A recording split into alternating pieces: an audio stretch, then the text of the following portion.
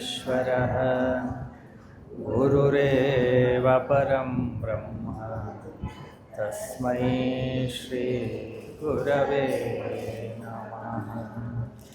नमः शान्ताय दिव्याय सत्यधर्मस्वरूपिणे स्वानन्दामृततृप्ताय श्रीधराय नमो नमः।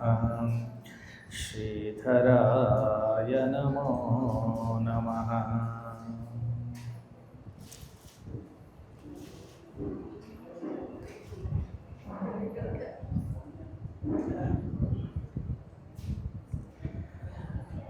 दशरथ नंदन रामा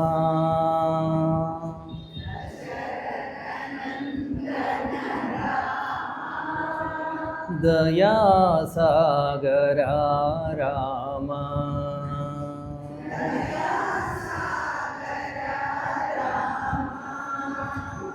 दशरथ नंदन रामा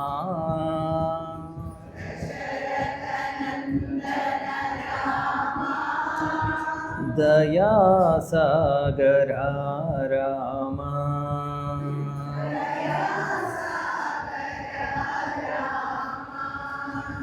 दशमुखमर्दन रामा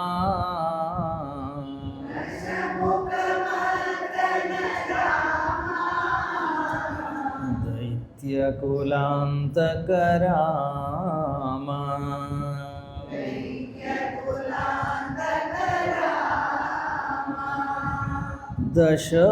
दशमुखमर्दन रामा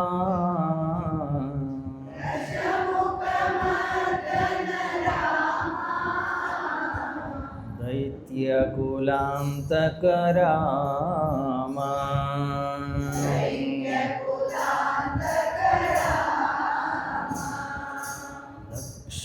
लक्ष्मणसेवित रामा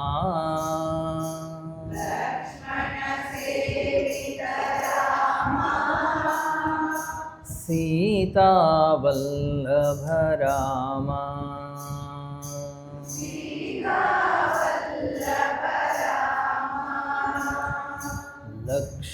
लक्ष्मणसेवित रामा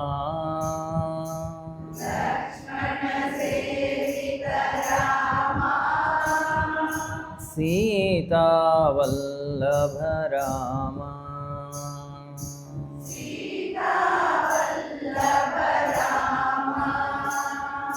सूक्ष्म स्वरूप रामा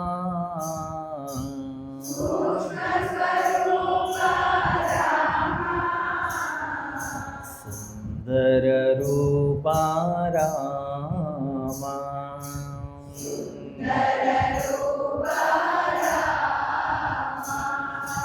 सूक्ष्म स्वरूप रामा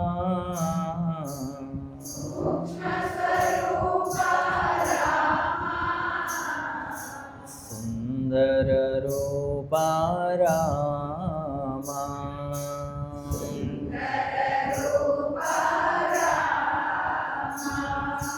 दशरथ नंदन रामा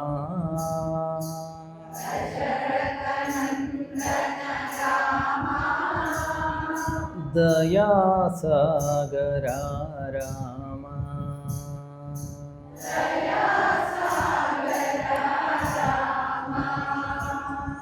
दया सागरा रामा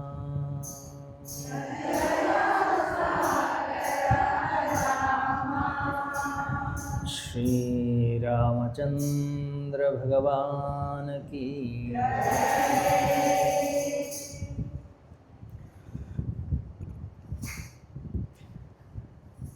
ಶ್ರೀಧರ ಸ್ವಾಮಿ ವಿರಚಿತ ದಶೋಪನಿಷತ್ಸಾರ ಶ್ರೀ ರಾಮಭದ್ರ ಸ್ತೋತ್ರ ಮೊದಲನೇ ಶ್ಲೋಕವನ್ನು ನಾನು ಹೇಳ್ಕೊಡ್ತೀನಿ, ಎಲ್ಲರೂ ಒಂದ್ಸರಿ ಹೇಳಿ. ಶ್ರೀಭದ್ರಾಮಪದಾರವಿಂದು ಮಧುಯೇ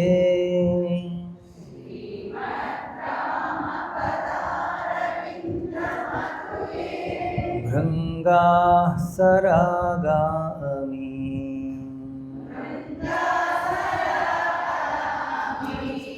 ಸೇವಂತೆ ಸನಕಾಶುಕಾದಿಮುನಯಃ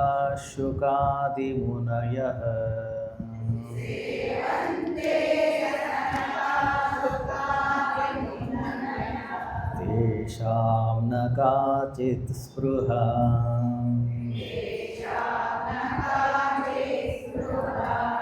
ಶ್ರೀಮದ್ ರಾಮಪದಾರವಿಂದ ಮಧುನೋ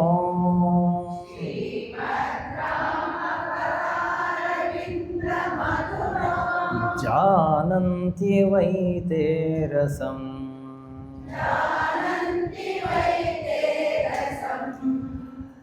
तत्स्वादात् परसौख्यदा भवति या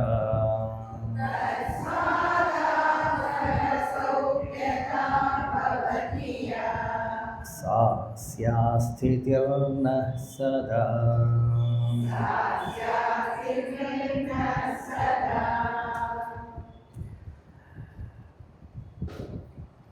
ವರದಹಳ್ಳಿಯ ಸಂತ ಶ್ರೀಧರ ಸ್ವಾಮಿ ರಾಮನ ಭಕ್ತರು ಅನೇಕ ಉಪನಿಷತ್ತುಗಳ ಆಚಾರ್ಯ ಶಂಕರರ ಗ್ರಂಥಗಳ ಅಧ್ಯಯನದ ನಂತರ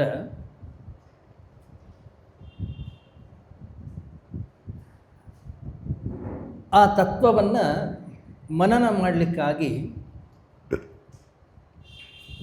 ರಚನೆ ಮಾಡಿರ್ತಕ್ಕಂತಹ ಇದೊಂದು ಸ್ತೋತ್ರ. ಮೂಲತಃ ರಾಮನ ಭಕ್ತರು ಅವರಾಗಿದ್ದರಿಂದ ರಾಮನನ್ನು ಕುರಿತು, ರಾಮನಿಗೆ ಶರಣಾಗತನಾಗಿ ಉಪನಿಷತ್ತಿನ ಮಂತ್ರಗಳೇನಿವೆ ಅವುಗಳ ಮೂಲಕ ರಾಮನನ್ನು ಭಜಿಸುವ ಒಂದು ಪ್ರಯತ್ನ.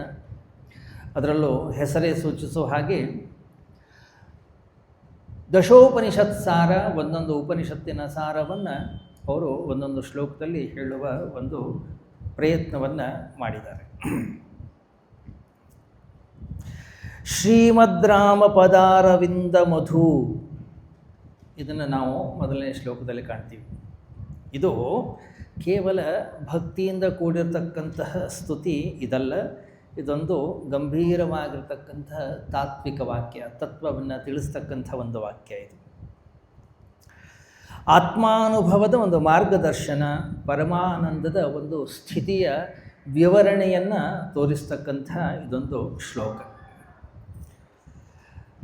ಈ ಶ್ಲೋಕದ ಮೊದಲನೇ ಸಾಲಿನಲ್ಲಿ ರಾಮನ ಪಾದ ಕಮಲವನ್ನು ಮಧು ಅಂದರೆ ಜೇನುತುಪ್ಪ, ಒಂದು ಸಿಹಿ ಅಥವಾ ಅಮೃತ ಅಂತಕ್ಕಂತಹ ಒಂದು ಉಪಮೆಯ ಮೂಲಕ ತಿಳಿಸುವ ಒಂದು ಪ್ರಯತ್ನವನ್ನು ಮಾಡಿದ್ದಾರೆ. ಮಧು ಸಾಮಾನ್ಯವಾಗಿ ವ್ಯಾವಹಾರಿಕ ಜೀವನದಲ್ಲಿ ನಾವು ಕಾಣ್ತೀವಿ, ಏನು ಸಿಹಿ ಅಥವಾ ರುಚಿ ಅಲ್ವಾ. ವ್ಯಾವಹಾರಿಕವಾಗಿರ್ತಕ್ಕಂಥ ರುಚಿ ಸಿಹಿಯ ತತ್ವವನ್ನು ತಿಳಿಸುವ ಪ್ರಯತ್ನವನ್ನು ಇಲ್ಲಿ ಶ್ರೀಧರರು ಮಾಡ್ತಾ ಇಲ್ಲ. ಮತ್ತು ಆಧ್ಯಾತ್ಮಿಕ ಅನುಭವದ ಪರಮ ಆ ಒಂದು ಸಿಹಿತನವನ್ನು ತೋರಿಸುವ ಒಂದು ಪ್ರಯತ್ನವನ್ನು ಇಲ್ಲಿ ಶ್ರೀಧರರು ಮಾಡ್ತಾ ಇದ್ದಾರೆ. ಆಧ್ಯಾತ್ಮಿಕ ಸಿಹಿತನ ಅಂತಂದ್ರೆ ಏನದು? ಗಮನಿಸಿ, ಹೊರಗಡೆಯ ವಿಷಯ ಭೋಗಗಳನ್ನು ಭೋಗಿಸೋದ್ರಿಂದ ನಮಗೆ ವಿಷಯ ಸುಖ ಅನ್ನೋದು ಪ್ರಾಪ್ತಿಯಾಗುತ್ತೆ. ನೋಡೋದ್ರಿಂದ, ಕೇಳೋದ್ರಿಂದ, ಮುಟ್ಟೋದ್ರಿಂದ, ಅನುಭವಿಸೋದ್ರಿಂದ. ಆದರೆ ಯಾವಾಗ ವ್ಯಕ್ತಿ ಅಂತರ್ಮುಖಿ ಆಗುತ್ತಾನೋ, ತನ್ನಲ್ಲಿ ತಾನು ಸ್ಥಿರನಾಗುತ್ತಾನೋ, ಅಲ್ಲಿ ಅವನಿಗೆ ಅಮೃತದ ಅನುಭವ, ಅಮೃತದ ಸಿಹಿಯ ಪರಿಚಯ ಅನ್ನೋಂಥದ್ದು ಆಗ್ಲಿಕ್ಕೆ ಶುರುವಾಗುತ್ತೆ. ಉಪನಿಷತ್ತುಗಳಲ್ಲಿ ನಾವು ನೋಡ್ತೀವಿ, ರಸೋ ವೈಸ್ಸಹ, ಒಳಗಡೆಗೆ ಒಂದು ಆತ್ಮಾನಂದದ ರಸದ ಅನುಭವ ಅನ್ನೋಂಥದ್ದು ಅವನಿಗೆ ಘಟಿಸ್ಲಿಕ್ಕೆ ಶುರುವಾಗುತ್ತೆ. ಈ ರಸ ಅಂತಕ್ಕಂಥ ಶಬ್ದವೇ ಬಹಳ ಸುಂದರ. ನಾವು ಭಗವದ್ಗೀತೆಯಲ್ಲಿ ಕೂಡ ಕಾಣ್ತೀವಿ. 7ನೇ ಅಧ್ಯಾಯ ಇರ್ಬೋದು, 9ನೇ ಅಧ್ಯಾಯದಲ್ಲಿರ್ಬೋದು. ಭಗವಂತ ತನ್ನ ಅಸ್ತಿತ್ವವನ್ನು ಅನೇಕ ದೃಷ್ಟಾಂತಗಳ ಮೂಲಕ ಹೇಳುವ ಪ್ರಯತ್ನವನ್ನು ಮಾಡ್ತಾರೆ. ಅದರಲ್ಲಿ ಅವನು ಎಷ್ಟು ಸುಂದರವಾದ ಒಂದು ಶಬ್ದದ ಪ್ರಯೋಗವನ್ನು ಮಾಡ್ತಾನೆ ಅಂತಂದರೆ, ನೀರಿನಲ್ಲಿರ್ತಕ್ಕಂತಹ ದ್ರವತ್ವ ಅನ್ನೋದು ಏನಿದೆ ಅದು ನಾನು. ಗಮನಿಸಿ, ನಾವು ನೀರು ನೋಡಿದ್ದೀವಿ, ನೀರಿನ ಅನುಭವ ನಮಗಿದೆ. ದ್ರವತ್ವ ನಿಮಗೆ ಕಾಣಿಸೋದಿಲ್ಲ, ಆದರೆ ನಿಮ್ಮ ಅನುಭವಕ್ಕೆ ಬರುತ್ತೆ. ಯಾವಾಗ ನಾವು ನೀರು ಕುಡಿತೀವಿ ನಮಗೆ ಅದರ ಅನುಭವಕ್ಕೆ ಬರುತ್ತೆ. ಹಾಗಾದರೆ ಏನು ಹೇಳ್ತಾ ಇದ್ದಾನಲ್ಲಿ, ನೀರಿನಲ್ಲಿರ್ತಕ್ಕಂತಹ ದ್ರವತ್ವ ಅನ್ನುವಂಥದ್ದು ಏನಿದೆ ಅದು ಅತ್ಯಂತ ಸೂಕ್ಷ್ಮವಾಗಿದೆ. ಅದು ಎಲ್ಲರಿಗೂ ಕಾಣಿಸೋದಿಲ್ಲ, ಅದು ಕಣ್ಣಿಗೆ ಗೋಚರವಲ್ಲ. ಹೌದಲ್ಲ? ಇದು ಹೇಗಿದೆ ಅಂತಂದರೆ, ಒಬ್ಬ ವೈಣಿಕ ವೀಣೆಯನ್ನು ನುಡಿಸ್ತಾನೆ. ವೀಣೆಯನ್ನು ನುಡಿಸಿದಾಗ ಆ ಸಂಗೀತ ಬರುತ್ತೆ. ಸಂಗೀತ ಬಂದಾಗ ಅದು ಎಲ್ಲಿದೆ? ವೀಣೆಯ ಕಂಬ ಅದರಲ್ಲಿದೆ, ಅಥವಾ ಅದೊಂದು ಬುರುಡೆ ಇದೆ, ಬುರುಡೆಯಲ್ಲಿದೆ, ಅಥವಾ ತಂತಿಯಲ್ಲಿದೆ, ಬಾರಿಸುವ ಕೈಯಲ್ಲಿದೆ. ಒಂದೊಂದು ತುಂಡು ತುಂಡು ಮಾಡಿ ನಾವು ಈಗ ಪ್ರಶ್ನೆ ಕೇಳಿದಾಗ ಅದನ್ನು ನಮ್ಮ ಕೈನಲ್ಲಿ ತೋರಿಸ್ಲಿಕ್ಕೆ ಆಗೋದಿಲ್ಲ. ಅಥವಾ ಬಾರಿಸುವವನ ಕೈಯಲ್ಲಿ ಇದೆಯೋ ಅದು? ಇಲ್ಲ. ಅಥವಾ ಯಾವನೊಬ್ಬ ವ್ಯಕ್ತಿ ಒಂದು ಸುಂದರವಂತ ಗುಲಾಬಿ ಹೂವನ್ನು ತರ್ತಾನೆ, ಗುಲಾಬಿ ಹೂವನ್ನು ನಮ್ಮ ಮುಂದೆ ಹಿಡಿದು ಹೇಳ್ತಾನೆ, ನೋಡಿ ಎಷ್ಟು ಸುಂದರವಾಗಿದೆ ಅಂತ. ಇನ್ನೊಬ್ಬ ವ್ಯಕ್ತಿ ಬರ್ತಾನೆ, ಗುಲಾಬಿ ಹೂವಿನ ಒಂದೊಂದು ತುಂಡನ್ನು ತೆಗೆದು ನಮ್ಮ ಮುಂದೆ ಇಡ್ತಾನೆ, ಇಟ್ಟು ಕೇಳ್ತಾನೆ, ಇದರಲ್ಲಿ ಸೌಂದರ್ಯ ಅನ್ನೋದು ಎಲ್ಲಿದೆ ಹೇಳಿ? ಒಂದೊಂದೇ ತುಂಡನ್ನು ನಮ್ಮ ಮುಂದೆ ನಮಗೆ ಇಟ್ಟಾಗ ಅದರಲ್ಲಿ ನಾವು ಸೌಂದರ್ಯವನ್ನು ತೋರಿಸ್ಲಿಕ್ಕೆ ಬರೋದಿಲ್ಲ. ತುಂಡನ್ನು ತೋರಿಸ್ಲಿಕ್ಕೆ, ಆ ತುಂಡಿನಲ್ಲಿ ಸೌಂದರ್ಯವನ್ನು ತೋರಿಸ್ಲಿಕ್ಕೆ ಬರಲಿಲ್ಲ ಅಂದ ಕೂಡಲೇ ಅದರಲ್ಲಿ ಸೌಂದರ್ಯ ಇಲ್ಲ ಅಂತ ಅರ್ಥ ಅಲ್ಲ. ಮತ್ತು ಸೌಂದರ್ಯ ಎಲ್ಲಿದೆ? ಸೌಂದರ್ಯ ಅವ್ಯಕ್ತವಾಗಿದೆ, ಆದರೆ ಅದನ್ನು ತೋರಿಸ್ಲಿಕ್ಕೆ ಬರೋದಿಲ್ಲ. ಅದನ್ನು ನೋಡಲಿಕ್ಕೆ ನಿಮಗೊಂದು ಕಣ್ಣು ಬೇಕು. ಭಕ್ತನನ್ನು ಕಾಣಲಿಕ್ಕೆ ಭಕ್ತಿಯ ಕಣ್ಣು ಬೇಕಾಗುತ್ತೆ, ಅಂದರೆ ಮಾತ್ರ ಗೋಚರವಾಗುತ್ತೆ, ಇಲ್ಲದ್ರೆ ಗೋಚರವಾಗೋದಿಲ್ಲ. ಅದಕ್ಕೆ ಇಲ್ಲಿ ಭೃಂಗಾಹ ಅಂತಕ್ಕಂಥ ಶಬ್ದದ ಪ್ರಯೋಗವನ್ನು ಮಾಡಿದ್ದಾರೆ ಶ್ರೀಧರರು. ಭೃಂಗಗಳಿಗೆ ಮಾತ್ರ ಗೊತ್ತು ಏನು, ಹೂವಿನಲ್ಲಿರ್ತಕ್ಕಂತಹ ಜೇನನ್ನು ಹೇಗೆ ತೆಗೆದುಕೊಳ್ಳಬೇಕು. ನಮಗೂ ನಿಮಗೂ ತಗೊಳ್ಳಿಕ್ಕೆ ಬರೋದಿಲ್ಲ ಅದು. ಅವುಗಳು ತಕ್ಕೊಂಡು ಆದ ಮೇಲೆ ಆ ಜೇನನ್ನು ಬೇಕಾದ್ರೆ ನಾವು ತಗೊಳ್ತೀವಿ. ಆದರೆ ಅದರಲ್ಲಿರ್ತಕ್ಕಂಥ ಸಿಹಿಯನ್ನು, ಅದರಲ್ಲಿರ್ತಕ್ಕಂಥ ಒಂದು ಸೌಂದರ್ಯವನ್ನು, ಅದರಲ್ಲಿರ್ತಕ್ಕಂಥ ಒಂದು ರಸವನ್ನು ಹೇಗೆ ಆಸ್ವಾದಿಸಬೇಕು, ಹೇಗೆ ತೆಗಿಬೇಕು ಅನ್ನೋದು ಏನಿದೆ ಅದು ಜೇನುನೊಣಕ್ಕೆ ಮಾತ್ರ ಗೊತ್ತು, ಬೇರೆ ಯಾರಿಗೂ ಕೂಡ ಗೊತ್ತಿಲ್ಲ. ಯಾಕೆಂದರೆ ಆ ಹೂವಿನಲ್ಲಿಯೇ ಆ ಒಂದು ಮಧು ಅನ್ನೋಂಥದ್ದು ಏನಿದೆ ಅದು ಲೀನವಾಗಿದೆ. ಅದು ಅದಕ್ಕೆ ಮಾತ್ರ ಗೊತ್ತಾಗುತ್ತೆ, ಬೇರೆ ಯಾರಿಗೂ ಕೂಡ ಗೊತ್ತಾಗುತ್ತಿಲ್ಲ. ಮತ್ತು ಹೂವಿನಲ್ಲಿರುವ ಆ ಮಧುವನ್ನು, ಆ ಸಿಹಿಯನ್ನು, ಆ ಜೇನನ್ನು ನಾನು ಹೀರಬೇಕು. ಹಾಗಾದರೆ ನಾನು ಕೂಡ ಭೃಂಗನಾಗಬೇಕಷ್ಟೇ, ಜೇನು ನೊಣವಾಗಬೇಕು ನಾನು. ಇಲ್ಲದೆ ಹೋದರೆ ಅದನ್ನು ಹೀರಲಿಕ್ಕೆ, ತೆಗೆದುಕೊಳ್ಳಲಿಕ್ಕೆ, ಅದನ್ನು ಸ್ವೀಕಾರ ಮಾಡಲಿಕ್ಕೆ ನಮ್ಮ ಕೈನಲ್ಲಿ ಅದು ಆಗೋದಿಲ್ಲ. ಅದರರ್ಥ ಏನು? ಯಾವ ವ್ಯಕ್ತಿಯ ಅಂತಃಕರಣ ಭಗವಂತನ ಪಾದ ಪದ್ಮಗಳಲ್ಲಿ ಸ್ಥಿರಗೊಳ್ಳುತ್ತದೋ, ಭಗವಂತನ ಪಾದ ಪದ್ಮಗಳಲ್ಲಿ ನಮ್ಮ ಅಂತಃಕರಣ ಸ್ಥಿರಗೊಳ್ಳೋದು ಅಂದ್ರೆ ಏನೋ, ಯಾವ ವ್ಯಕ್ತಿಯ ಅಂತಃಕರಣದಲ್ಲಿ ಕಾಮವಿಲ್ಲ, ಯಾವ ವ್ಯಕ್ತಿಯ ಅಂತಃಕರಣದಲ್ಲಿ ರಾಗವಿಲ್ಲ, ಯಾವ ವ್ಯಕ್ತಿಯ ಅಂತಃಕರಣದಲ್ಲಿ ವಿಷಯ ಚಿಂತನೆ ಇಲ್ಲ, ಅಂಥ ವ್ಯಕ್ತಿ. ನನಗಿನ್ನೂ ವಿಷಯಗಳಲ್ಲಿ, ವಸ್ತುಗಳಲ್ಲಿ, ವ್ಯಾವಹಾರಿಕ ಜೀವನದಲ್ಲಿ ಇನ್ನೂ ಹೆಚ್ಚಿನ ಆಸಕ್ತಿ ಇದೆ, ಹಾಗಾದರೆ ಅದರಲ್ಲಿರೋ ಸುಖ ನಿಮಗೆ ಪ್ರಾಪ್ತಿಯಾಗತ್ತೆ. ಅಧ್ಯಾತ್ಮದಲ್ಲಿ ಏನು ಉಪನಿಷತ್ತು ಹೇಳ್ತಾ ಇದೆ, ಅಥವಾ ಏನು ನಮ್ಮ ಋಷಿಮುನಿಗಳು ಏನನ್ನು ತಿಳಿಸಿಕೊಡ್ತಾ ಇದ್ದಾರೆ, ಅದರ ರಸದ ಆಸ್ವಾದ ಅನ್ನೋಂಥದ್ದು ಏನಿದೆ ನಮಗೆ ಸಿಗಲ್ಲ. ಗಮನಿಸಿ, ನಮ್ಮ ಮನಸ್ಸು ಹೇಗಿದೆ ಅಂತಂದರೆ, ಯಾರ್ಯಾರಿಗೆ ಯಾವುದ್ಯಾವುದರಲ್ಲಿ ರಸಾಸ್ವಾದ ಅನ್ನೋಂಥದ್ದು ಪ್ರಾಪ್ತಿ ಆಗ್ತಾ ಇರುತ್ತೋ ಅದ್ರ ಹಿಂದೆ ನೋಡ್ತಾ ಇರ್ತೀವಿ ನಾವು. ನನಗೆ ಯಾವುದರಲ್ಲಿ ರಸಾಸ್ವಾದದ ಅನುಭವ ಆಗ್ತಾ ಇದೆ ಅದು ನಿಮಗಾಗಲಿಕ್ಕಿಲ್ಲ, ನಿಮ್ಗೆ ಯಾವುದಕ್ಕಾಗ್ತಾ ಇದೆ ಅವ್ರಿಗಾಗಲಿಕ್ಕಿಲ್ಲ, ಅವ್ರಿಗೆ ಯಾವುದ್ರಲ್ಲಿ ಆಗ್ತಾ ಇದೆ ಮತ್ತೊಬ್ಬರಿಗೆ ಆಗಲಿಕ್ಕಿಲ್ಲ. ಒಟ್ಟಿನಲ್ಲಿ ಪ್ರತಿಯೊಬ್ಬ ವ್ಯಕ್ತಿಯೂ ಕೂಡ ಓಡ್ತಾ ಇದ್ದಾನೆ ಯಾವುದರ ಹಿಂದೆ? ವಿಷಯಗಳ ಹಿಂದೆ, ವಸ್ತುಗಳ ಹಿಂದೆ, ಜಗತ್ತಿನ ಹಿಂದೆ, ವ್ಯಕ್ತಿಗಳ ಹಿಂದೆ. ಗಮನಿಸಿ, ಇಲ್ಲೊಂದಿಷ್ಟು ಋಷಿ ಮುನಿಗಳ ಒಂದು ಹೆಸರುಗಳನ್ನು ಇಲ್ಲಿ ಪ್ರಯೋಗ ಮಾಡಿದ್ದಾರೆ. ಏನದು? ಶುಕಾದಿ ಮುನಯ, ಸನಕ ಶುಕಾದಿ, ಸನಕ ಸನಂದನ ಸನತ್ಕುಮಾರ ಸನಸ್ಸುಜಾತ ನಾವು ಕೇಳಿದ್ದೀವಿ. ದಕ್ಷಿಣಾಮೂರ್ತಿ ಯಾವಾಗ ಈ ಜಗತ್ತಿಗೆ ಮೊದಲು ಜ್ಞಾನದ ಉಪದೇಶವನ್ನು ಮಾಡಿದ, ಆ ಜ್ಞಾನವನ್ನು ಕೇಳಿದವರು ಈ 4 ಜನ.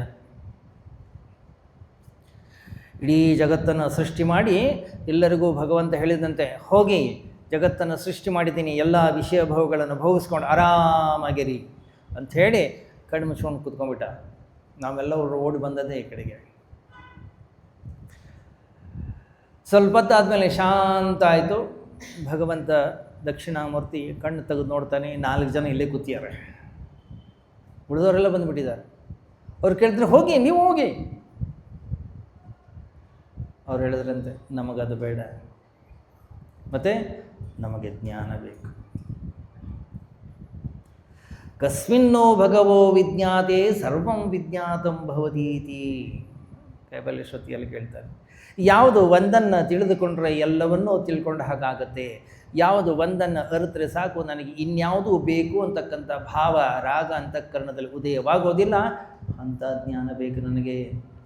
ಇದ್ಯಾವುದು ಬಂದು ಹೋಗ್ತಕ್ಕಂತಹ, ನಾಶವಾಗ್ತಕ್ಕಂತಹ, ಇವತ್ತಿದ್ದು ನಾಳೆ ಇಲ್ಲವಾಗ್ತಕ್ಕಂತಹ ಇದು ಬೇಡ ನಮಗೆ. ಅದರರ್ಥ ಯಾವ ವ್ಯಕ್ತಿಗೆ ವ್ಯಾವಹಾರಿಕ ವಿಷಯ ಜಗತ್ತಿನ ವಿಷಯ ಸುಖಗಳಲ್ಲಿ ವೈರಾಗ್ಯದ ಉದಯವಾಗಿದೆಯೋ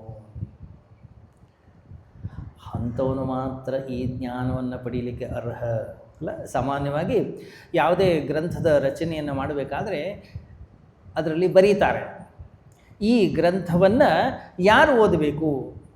ಮುಮುಕ್ಷೂಣಾಂ ಅಪೇಕ್ಷೋಯಂ ಆತ್ಮಬೋಧೋ ವಿಧೀಯತೆ.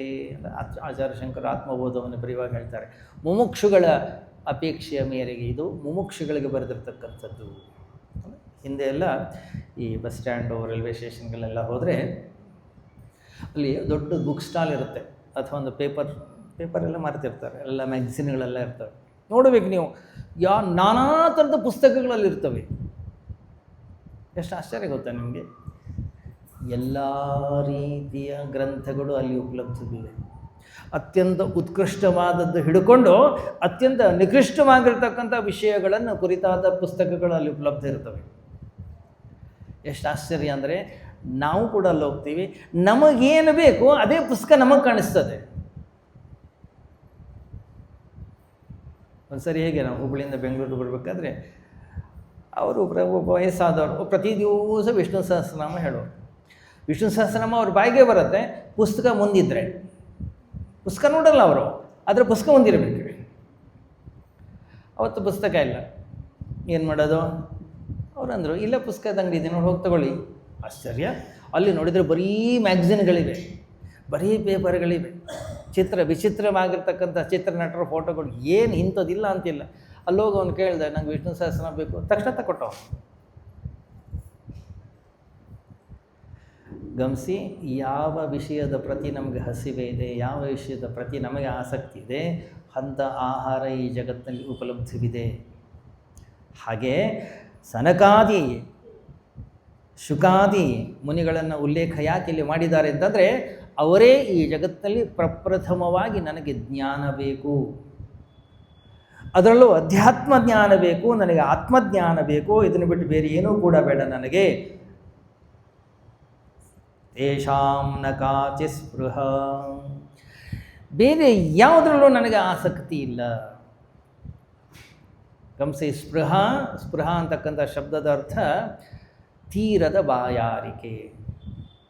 ತೀರದ ಬಾಯಾರಿಕೆ ಅಂದ್ರೇನೋ, ತುಂಬ ಬಾಯಾರಿಕೆ ಆಗಿರುತ್ತೆ. ಯಾರ್ದೋ ಮನೆಗೆ ಹೋಗ್ತೀವಿ ನಾವು, ನೀರು ಕೇಳ್ತೀವಿ, ಅವ್ರು ಕೇಳ್ತಾರೆ, ನಿಮಗೆ ಫ್ರಿಜ್ಜಲ್ಲಿರೋ ನೀರು ಕೊಡಲ?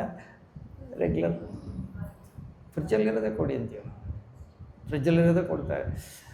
ಕುಡಿದುಕೊಳ್ಳಿ, ಎಷ್ಟು ಖುಷಿ ಆಗುತ್ತೆ, ಎಷ್ಟು ಸಂತೋಷವಾಗುತ್ತೆ ನಮಗೆ. ಒಂದೇ ನಿಮಿಷ ತಕ್ಷಣ ಕೇಳ್ತೀವಿ ನಾವು, ನಿಮ್ಮದು ಬೋರ್ವೆಲ್ ನೀರು? ಯಾಕೆ ಅಷ್ಟು ಸಿಹಿ ಇಲ್ಲ, ಸ್ವಲ್ಪ ಉಪ್ಪು. ಹೌದು, ನಮ್ಮದು ಬೋರ್ವೆಲ್ ನೀರು. ಎಷ್ಟಾದರೂ ಕುಡೀರಿ, ಸಮಾಧಾನ ಆಗೋದಿಲ್ಲ. ಎಷ್ಟು ಕುಡಿದ್ರೂ ಇನ್ನೂ ಕುಡಿಬೇಕು, ಮತ್ತು ಕುಡಿಬೇಕಂತಕ್ಕಂಥ ಬಯಕೆ ಉಂಟಾಗ್ತದೆ. ಹಾಗೆ ಈ ವಿಷಯ ಸುಖಗಳು ಎಷ್ಟೇ ಅನುಭವಿಸಲಿ, ಎಷ್ಟೇ ಮುಟ್ಲಿ, ಎಷ್ಟೇ ಕೇಳಲಿ, ಎಷ್ಟೇ ಅನುಭವಿಸಲಿ, ಮತ್ತು ಇನ್ನೂ ಬೇಕು ಅನಿಸುತ್ತೆ, ಮತ್ತು ಅನುಭವಿಸ್ಬೇಕನ್ಸುತ್ತೆ, ಮತ್ತು ನೋಡಬೇಕನ್ಸುತ್ತೆ, ಮತ್ತು ಕೇಳಬೇಕನ್ಸುತ್ತೆ.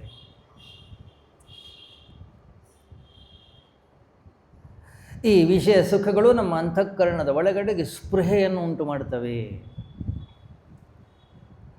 ಆದರೆ ಈ ಅಧ್ಯಾತ್ಮ ಜ್ಞಾನ ಯಾರಿಗೆ? ತೇಷಾಂ ನ ಕಾಚಿ ಸ್ಪೃಹ.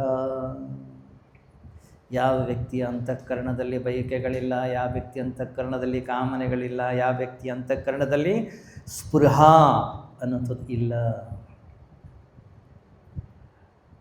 ಗೀತೆಯ 2ನೇ ಅಧ್ಯಾಯದಲ್ಲಿ ಸ್ಥಿತಪ್ರಜ್ಞನ ಲಕ್ಷಣವನ್ನು ವಿವರಿಸುವಾಗ ಭಗವಂತ ಹೇಳ್ತಾನೆ, ಇನ್ನು ಪ್ರಜಹಾತಿ ಯದಾ ಕಾಮಾನ್ ಸರ್ವಾನ್ ಪಾರ್ಥ ಮನೋಗತಾನ್.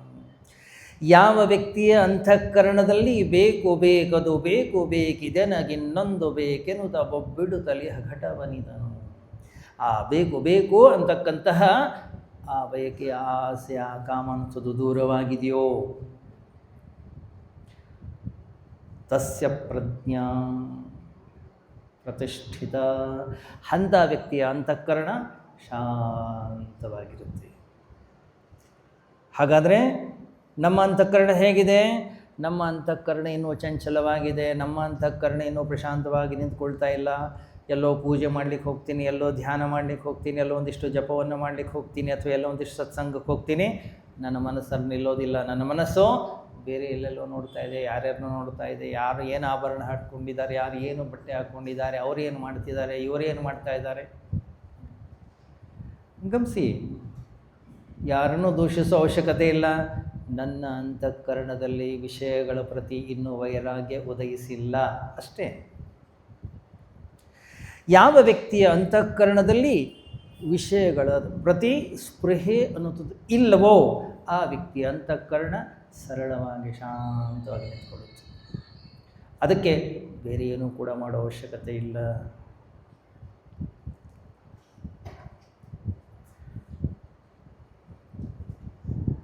ರಾಮಪಾದ ಮಧು.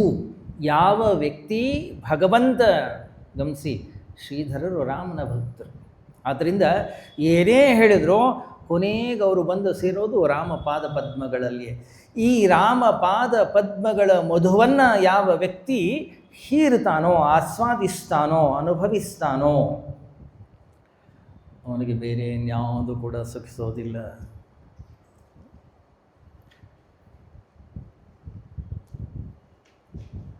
ಕಠೋಪನಿಷತ್ನಲ್ಲಿ ನಾವು ನೋಡ್ತೀವಿ, ಆತ್ಮಜ್ಞಾನವನ್ನು ಅರಸಿಕೊಂಡ ನಚಿಕೇತ ಅಂತಕ್ಕಂಥವನು ಬಂದಾಗ ನಚಿಕೇತನಿಗೆ ಅನೇಕ ರೀತಿಯ ಐಶ್ವರ್ಯ ಸಂಪತ್ತು ಎಲ್ಲವನ್ನು ಕೂಡ ಧಾರೆ ಎರಿತಾನೆ. ಯಮ, ನಿಂಗೆ ಏನು ಬೇಕು ಕೇಳು, ನಾನು ಕೊಡ್ತೀನಿ. ನಾನು ಎಲ್ಲಿ ತನಕ ಯಮ ಪದವಿಯಲ್ಲಿ ಇರ್ತೀನಿ ಅಲ್ಲಿ ತನಕ ನಿನಗೆ ಯೌವನವೇ, ನಿನಗೆ ರೋಗ ಬರುವುದಿಲ್ಲ, ರುಜಿನ ಬರುವುದಿಲ್ಲ, ಮರಣವೇ ಇಲ್ಲ ನಿನಗೆ. ನೃತ್ಯ ಮಾಡ್ತಕ್ಕಂತಹ ಸ್ತ್ರೀಯರು, ಐಶ್ವರ್ಯ ಸಂಪತ್ತು ಎಲ್ಲವನ್ನು ಕೊಡ್ತೀನಿ ನಾನು ನಿಮಗೆ. ಇದು ಒಂದು ಬೇಡ, ಇದೆಲ್ಲ ತಗೋ. ಗಮನಿಸಿ, ನಚಿಕೇತನ ಅಂತಃಕರಣದಲ್ಲಿ ಎಂಥ ಒಂದು ವೈರಾಗ್ಯ ಅಂದರೆ ಅವನು ಹೇಳೋದು ಒಂದೇ ಮಾತು, ತವೈ ಬವಾಹ ಸ್ತವ ನೃತ್ಯ ಗೀತೆ. ಈ ನಿನ್ನ ನೃತ್ಯ ಮಾಡ್ತಕ್ಕಂಥ ಸ್ತ್ರೀಯರು, ಈ ನಿನ್ನ ಐಶ್ವರ್ಯ, ಈ ನಿನ್ನ ಸಂಪತ್ತು, ಈ ನಿನ್ನ ಆರೋಗ್ಯ, ಈ ನಿನ್ನ ಎಲ್ಲ ವೈಭವ ನಿನ್ನ ಹತ್ರ ಇರಲಿ, ಇದು ನನಗೆ ಬೇಡ. ಯಾಕೆ? ಇದನ್ನು ನಾನು ನಿನ್ನ ಹತ್ರ ಬಯಸಿ ಬಂದಿಲ್ಲ. ನಾನೇನನ್ನು ಬಯಸಿ ಬಂದಿದ್ದೀನಿ? ನಾನು ಬಯಸಿ ಬಂದಿದ್ದೀನಿ ರಾಮನ ಪಾದ ಪದ್ಮಗಳ ಮಧು. ಆಧ್ಯಾತ್ಮಿಕ ಈ ಆನಂದ, ಈ ಸುಖ, ಈ ಶಾಂತಿ ಅನ್ನೋದೇನಿದೆ, ಇದನ್ನು ಅರಸಿಕೊಂಡು ನಾನು ನಿನ್ನ ಹತ್ರ ಬಂದಿದ್ದೀನಿ.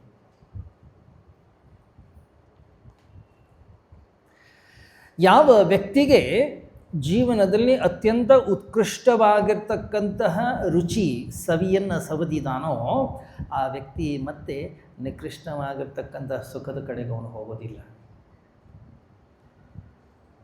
ಏನೇ ಆದರೂ ಕೂಡ ನಿಕೃಷ್ಟವಾಗಿರೋದನ್ನು. ಒಂದು ಸಾರಿ ನೀವು ಒಳ್ಳೆ ಕಾಫಿ ಕುಡೀರಿ, ನಿಮ್ಮ ಮನಸ್ಸು ಒಂದು ಸ್ಟ್ಯಾಂಡರ್ಡ್ ಮಾಡ್ಕೊಳ್ಳುತ್ತೆ, ಅದಕ್ಕಿಂತ ಕೆಳಗೆ ಹೋಗೋದೇ ಇಲ್ಲ. ಯಾಕೆ? ನಮ್ಮ ಮನಸ್ಸಿಗೆ ಯಾವಾಗಲೂ ಕೂಡ ಅಷ್ಟೇ ಅತ್ಯಂತ ಉತ್ಕೃಷ್ಟವಾಗಿರೋದು ಬೇಕು, ನಿಕೃಷ್ಟವಾಗಿರೋದು ಬೇಡ. ಅದಕ್ಕೆ ಆನಂದೋ ಬ್ರಹ್ಮೇ ದಿವ್ಯಜಾನಾತ್. ಉಪನಿಷತ್ತು ಹೇಳುತ್ತೆ, ಯಾವ ವ್ಯಕ್ತಿ ಆ ಬ್ರಹ್ಮನಲ್ಲಿ ಇರ್ತಕ್ಕಂತಹ ಆನಂದ ತತ್ವವನ್ನು ಅರ್ಥ ಮಾಡ್ಕೊಳ್ತಾನೋ, ತಿಳಿದುಕೊಳ್ತಾನೋ, ಅರಿತುಕೊಳ್ತಾನೋ, ಮತ್ತ್ಯಾಕೆ ಈಚೆ ಬರ್ತಾನೆ ಹೇಳಿ? ಅವನು ಬರೋದಿಲ್ಲ. ಭಗವಾನ್ ರಮಣ ಮಹರ್ಷಿ ಕೇವಲ 16 ವರ್ಷವಿದ್ದಾಗ ಆ ವ್ಯಕ್ತಿಗೆ ಒಂದು ಸಮಾಧಿ ಸುಖದ ಅನುಭವ ಆಯಿತು.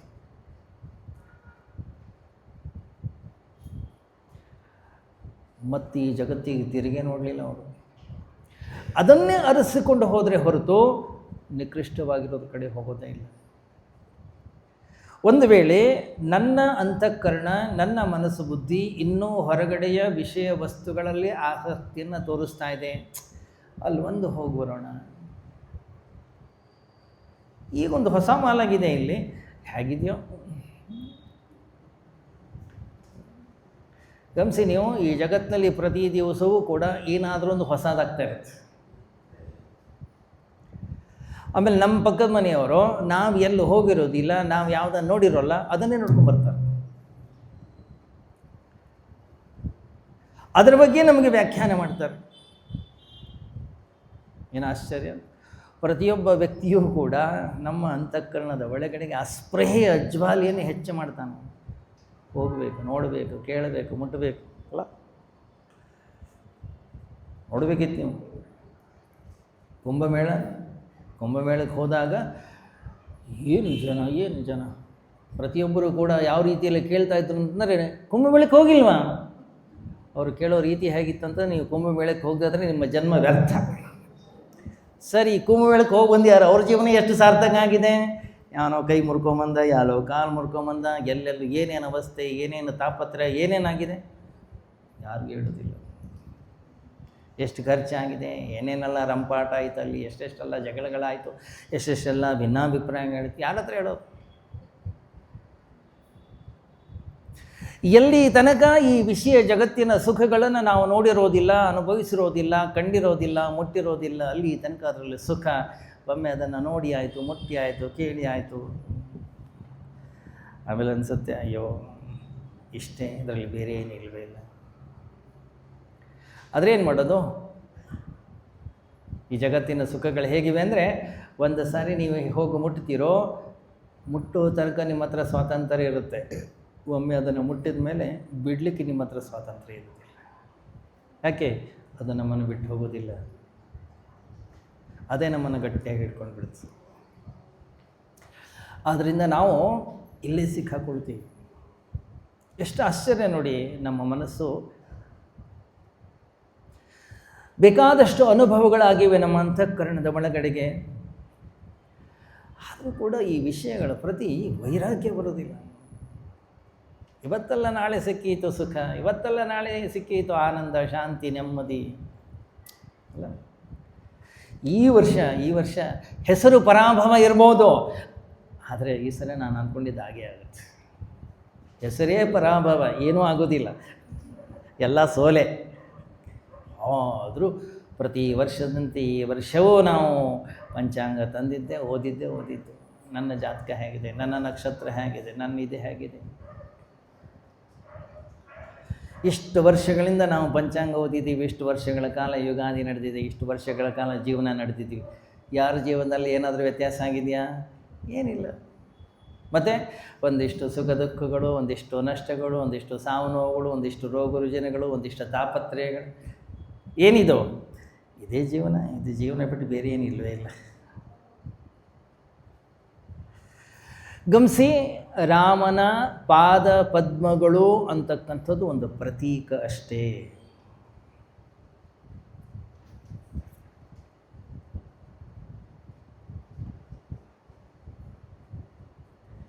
ಯಾವ ವ್ಯಕ್ತಿಯ ಅಂತಃಕರಣದಲ್ಲಿ ವೈರಾಗ್ಯವಿದೆಯೋ, ಸನಕಾದಿ ಋಷಿಗಳ ಹಾಗೆ, ಶುಕಾದಿ ಋಷಿಗಳ ಹಾಗೆ, ಅಂತಹ ವ್ಯಕ್ತಿಗೆ ಮಾತ್ರ ಈ ಪಾದ ಪದ್ಮಗಳ ಸುಖ, ಶಾಂತಿ, ನೆಮ್ಮದಿ ಅನ್ನೋದೇನಿದೆ ಅದನ್ನು ಪಡೀಲಿಕ್ಕೆ ಸಾಧ್ಯ. ಇಲ್ಲ ಅಂತಂದರೆ ಇಲ್ಲೇ ಇರ್ತೀವಿ ನಾವು. ಪೂಜ್ಯ ಡಿ ವಿ ಜಿ ತಮ್ಮ ಕಗ್ಗದಲ್ಲಿ ಒಂದು ಕಡೆಗೆ ಹೇಳ್ತಾರೆ, ಸಿಂಬಳದಿ ನೊಣ ನೀನು. ಏನೋ ಇದೆ ಅಂತ ಹೋಗುತ್ತೆ, ಅಲ್ಲಿಂದ ಹೊರಗೂ ಬರಲಿಕ್ಕಾಗೋದಿಲ್ಲ, ಅಲ್ಲೇ ಕೂತ್ಕೊಂಡು ತಿನ್ನೋಕ್ಕೂ ಆಗೋದಿಲ್ಲ. ಯಾಕೆ? ಆ ರೀತಿಯಲ್ಲಿ ಬಂಧಿಸ್ತದೆ ಈ ಜಗತ್ತು ನಮ್ಮನ್ನು. ಆದ್ದರಿಂದ ತಸ್ಮಾತ್ ಜಾಗ್ರತ ಉಪನಿಷತ್ತಿನ ವೇದಾಂತ ಡಿಂಡಿಮದಲ್ಲಿ ನಮ್ಮನ್ನು ಋಷಿಗಳು ಎಚ್ಚರಿಸ್ತಾರೆ. ಎದ್ದೇಳು, ಜಾಗರೂಕನಾಗಿರು, ಏನು ಮಾಡ್ತಾ ಇದೆಯಾ ನಿನಗೆ ಸ್ವಲ್ಪ ಎಚ್ಚರ ಇರಲಿ. ಆದ್ದರಿಂದ ವಿಷಯಗಳ ಕಡೆ ಹೋಗಬೇಕಾದ್ರೆ ಎಂಥ ವೈರಾಗ್ಯ ಇರಬೇಕು. ಹೇಗೆ ಸನಕಾದಿ ಋಷಿಗಳು ರಾಮನ ಆ ಮಧುವನ್ನು, ಆ ಪಾದ ಪದ್ಮಗಳ ಆ ಜೇನನ್ನು ಹೀರಿದರು. ಆ ರೀತಿಯ ವೈರಾಗ್ಯ ಅಂತಃಕರಣದಲ್ಲಿ ಯಾವಾಗ ಉದಯವಾಗ್ತದೆ, ಆವಾಗ ಮಾತ್ರ ನಾವು ಆ ನಿಜವಾದ ರಸವನ್ನು ಅನುಭವಿಸಲಿಕ್ಕೆ ಸಾಧ್ಯವಾಗ್ತದೆ. ಶ್ರೀಮದ್ರಾಮ ಪದಾರವಿಂದ ಮಧುಯೇ ಭೃಂಗಾಹ ಸರಾಗಾಮಿ ಸೇವಂತೆ ಧನಕಾಹ ಶುಕಾದಿಮುನಯಸ್ತೇಷಾಂ ನ ಕಾಚಿಸ್ಪೃಹ. ಶ್ರೀಮದ್ರಾಮ ಪದಾರವಿಂದ ಮಧುನೋ ಜಾನಂತಿ ವೈತೆ ರಸಂ ತತ್ಸ್ವಾದಾತ್ ಪರಸೌಖ್ಯದ ಭವತಿಯ ಸಾ ಸ್ಯಾ ಸ್ಥಿತಿರ್ನಃ ಸದಾ. ಹೆಸರು ಹೇಳುವಾಗೆ ದಶೋಪನಿಷತ್ತಿನ ಸಾರ ಆರಂಭದ ಈ ಒಂದು ಶ್ಲೋಕ ಏನಿದೆ, ಒಂದು ಪೀಠಿಕೆ, ಒಂದು ಪ್ರಾರ್ಥನೆ ಅನ್ನೋಂಥ ರೀತಿಯಲ್ಲಿ 2ನೇ ಶ್ಲೋಕ ನೋಡಿ. 2ನೇ ಶ್ಲೋಕ, ಆ ಶ್ಲೋಕ ಓದುವಾಗಲೇ ನಮ್ಗೆ ಗೊತ್ತಾಗುತ್ತೆ ಇದು ಯಾವ ಉಪನಿಷತ್ತಿನ ಶ್ಲೋಕ ಅಂಥೇಳಿ. ಈಶಾವಾಸ್ಯಮಿದಂ ಜಗದ್ಭವತಿ ಭೋ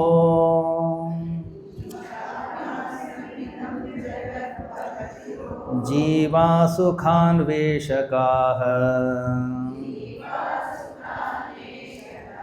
ನಾಸ್ತ್ಯಸ್ಮಿನ್ ಸುಖಲೇಶ ಇತ್ಯುತ ಇಹ.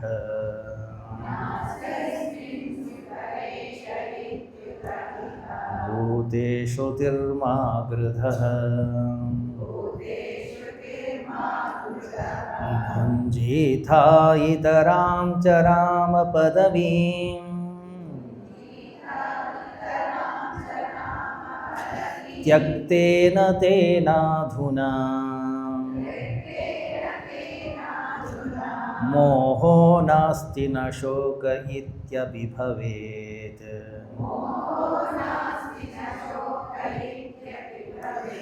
ಏಕಾತ್ಮತಾ ದರ್ಶನೇ ಈಶಾವಾಸ್ಯಂ ಈಶಾವಾಸ್ಯಂ ಈಶಾವಾಸ್ಯಮಿದಗಂ ಸರ್ವಂ ಯತ್ಕಿಂಚ ಜಗತ್ಯಾಂ ಜಗತ್. ಉಪನಿಷತ್ತಿನ ಈಶಾವಾಸ್ಯ ಉಪನಿಷತ್ತಿನ ಪ್ರಥಮ ಮಂತ್ರ. ದಶೋಪನಿಷತ್ಸಾರ ಹೇಳಿದ ಹಾಗೆ ಈಶಾವಾಸ್ಯ ಉಪನಿಷತ್ತಿನ ಸಾರವನ್ನು ಈ 2ನೇ ಮಂತ್ರದಲ್ಲಿ ಶ್ರೀಧರರು ಹೇಳುವ ಒಂದು ಪ್ರಯತ್ನವನ್ನು ಮಾಡ್ತಾ ಇದ್ದಾರೆ. ಏನಂತೆ? ಈಶಾವಾಸ್ಯಂ, ಈಶಾವಾಸ್ಯಂ ಈಶ್ವರನಿಂದ ಆಚ್ಛಾದಿಸಲ್ಪಟ್ಟಿರ್ತಕ್ಕಂತಹ, ಈಶ್ವರನಿಂದ ಪೂರಿತವಾಗಿರ್ತಕ್ಕಂತಹ, ಎಲ್ಲೆಲ್ಲಿಯೂ ಕೂಡ ಭಗವಂತನಿಂದ ಕೂಡಿರ್ತಕ್ಕಂತಹ ಯಾವುದು? ಇದಂ ಇದಂ ಇದಂ ಜಗತ್. ಇದಂ ಅಂದ್ರೇನು? ಯಾವುದನ್ನು ಇದಂ ಅಂತ ಕರಿತೀವಿ? ಯಾವುದು ನಮಗೆ ಗೋಚರವಾಗ್ತಾ ಇದೆಯೋ, ಯಾವುದು ನಮಗೆ ಅನುಭವಕ್ಕೆ ಸಿಗ್ತಾ ಇದೆಯೋ, ಯಾವುದನ್ನು ನಮ್ಮ ಕೈನಲ್ಲಿ ನೋಡ್ಲಿಕ್ಕೆ ಸಾಧ್ಯ ಇದೆಯೋ, ಯಾವುದನ್ನು ನಮ್ಮ 5 ಇಂದ್ರಿಯಗಳ ಮೂಲಕ ಅನುಭವಿಸ್ಲಿಕ್ಕೆ ಸಾಧ್ಯ ಇದೆಯೋ ಅದನ್ನು ನಾವು ಇದಂ ಅಂತ ಕರಿತೀವಿ. ಅದು ಅಂತೀವಿ ನಾವು. ಅದು ಅಂದ್ರೇನು? ಯಾವುದು ನಮಗೆ ಕಾಣ್ತಾ ಇಲ್ಲ, ಯಾವುದು ನಮಗೆ ಗೋಚರವಾಗೋದಿಲ್ಲ, ಯಾವುದು ನಮ್ಮ ಅನುಭವಕ್ಕೆ ಸಿಗ್ತಾ ಇಲ್ಲ, ಅದು ಅದು ಅಂದರೆ ಎಲ್ಲ ದೂರದಲ್ಲಿದೆ, ಅದು ಗೊತ್ತಿಲ್ಲ ನಮಗೆ ಎಲ್ಲಿದೆ ಅಂತ. ಇದಂ ಇದಂ ಅಂದರೆ ಇದು ನನ್ನ ಮುಂದೆ, ನನ್ನ ಅನುಭವಕ್ಕೆ ಸಿಗ್ತಾ ಇರ್ತಕ್ಕಂಥ ಯಾವುದದು? ಜಗತ್, ಜಗತ್ತು. ಭವತಿ ಭವತಿ ಜಗತ್ತಿದೆ, ಭವಿಸ್ತಾ ಇದೆ, ಘಟಿಸ್ತಾ ಇದೆ. ಭೋ ಜೀವಾಹ ಸುಖಾನ್ವೇಷಕಾಹ, ಹೇ ಜೀವಿಗಳೇ, ಸುಖಾನ್ವೇಷಕಾಹ ಸುಖವನ್ನು ಅರಿಸ್ತಾ ಇರ್ತಕ್ಕಂಥವರು, ಸುಖವನ್ನು ಹುಡುಕ್ತಾ ಇರ್ತಕ್ಕಂತಹ. ನ ಅಸ್ತಿ ಅಸ್ಮಿನ್ ಸುಖಲೇಶಃ, ಇಲ್ಲಿ ಸ್ವಲ್ಪ ಲೇಷವೂ ಕೂಡ ಸುಖ ಅಂತಕ್ಕಂಥದ್ದು ಇಲ್ಲ. ಉತ ನಿಜವಾಗಿಯೂ ಇಲ್ಲಿಲ್ಲ. ಇಹಭೂತೆ ಶ್ರುತಿ ಯಾವುದು ಹೇಳ್ತಾ ಇದೆ? ಶ್ರುತಿ ಹೇಳ್ತಾ ಇದೆ, ಉಪನಿಷತ್ತು ಹೇಳ್ತಾ ಇದೆ, ನಮ್ಮ ಋಷಿ ಮುನಿಗಳು ಹೇಳ್ತಾ ಇದ್ದಾರೆ. ಮಾ ಗೃದಃ, ಇಲ್ಲಿ ಲೋಭವನ್ನು ಪಡಬೇಡ, ಇಲ್ಲಿ ಆಸೆಯನ್ನು ಪಡಬೇಡ. ಭುಂಜೀತಾಹ, ಇಲ್ಲಿ ಏನಿದೆ ಅದನ್ನು ಅನುಭವಿಸು, ಇಲ್ಲಿ ಏನಿದೆ ಅದನ್ನು ಭೋಗಿಸು. ಇತರಾಂಚ ರಾಮ ಪದವೀ ತ್ಯಕ್ತೇನ ತೇನ ಅಧುನಾ, ತ್ಯಾಗದಿಂದ, ಅದರಿಂದ ಅಧುನಾ ಈಗಲೇ ಮೋಹ ನ ಅಸ್ತಿ, ಮೋಹ ಸಮ್ಮೋಹ ಅದು ಅನ್ನುವಂಥದ್ದು ಇಲ್ಲ. ನ ಶೋಕ ಇತಿ ಅಪಿ ಸಹ ಭವೇತ್, ಇಲ್ಲಿ ದುಃಖವೂ ಕೂಡ ಇಲ್ಲ. ಏಕಾತ್ಮತಾ ದರ್ಶನೇ, ಏನು ಹೇಳಿಕೊಂಡಿದ್ದಾರೆ? ಈಶಾವಾಸ್ಯ ಉಪನಿಷತ್ತಿನ ಸಾರವನ್ನು ಇಲ್ಲಿ ಶ್ರೀಧರರು ನಮಗೆ ತಿಳಿಸುವ ಒಂದು ಪ್ರಯತ್ನವನ್ನು ಮಾಡ್ತಾ ಇದ್ದಾರೆ. ಏನಂತೆ? ಈ ಜಗತ್ತು ಅನ್ನುವಂಥದ್ದು ಏನಿದೆ ಇದು ಸಂಪೂರ್ಣವಾಗಿ ಭಗವಂತನಿಂದ, ಈಶ್ವರನಿಂದ ಆವರಿಸಲ್ಪಟ್ಟಿದೆ.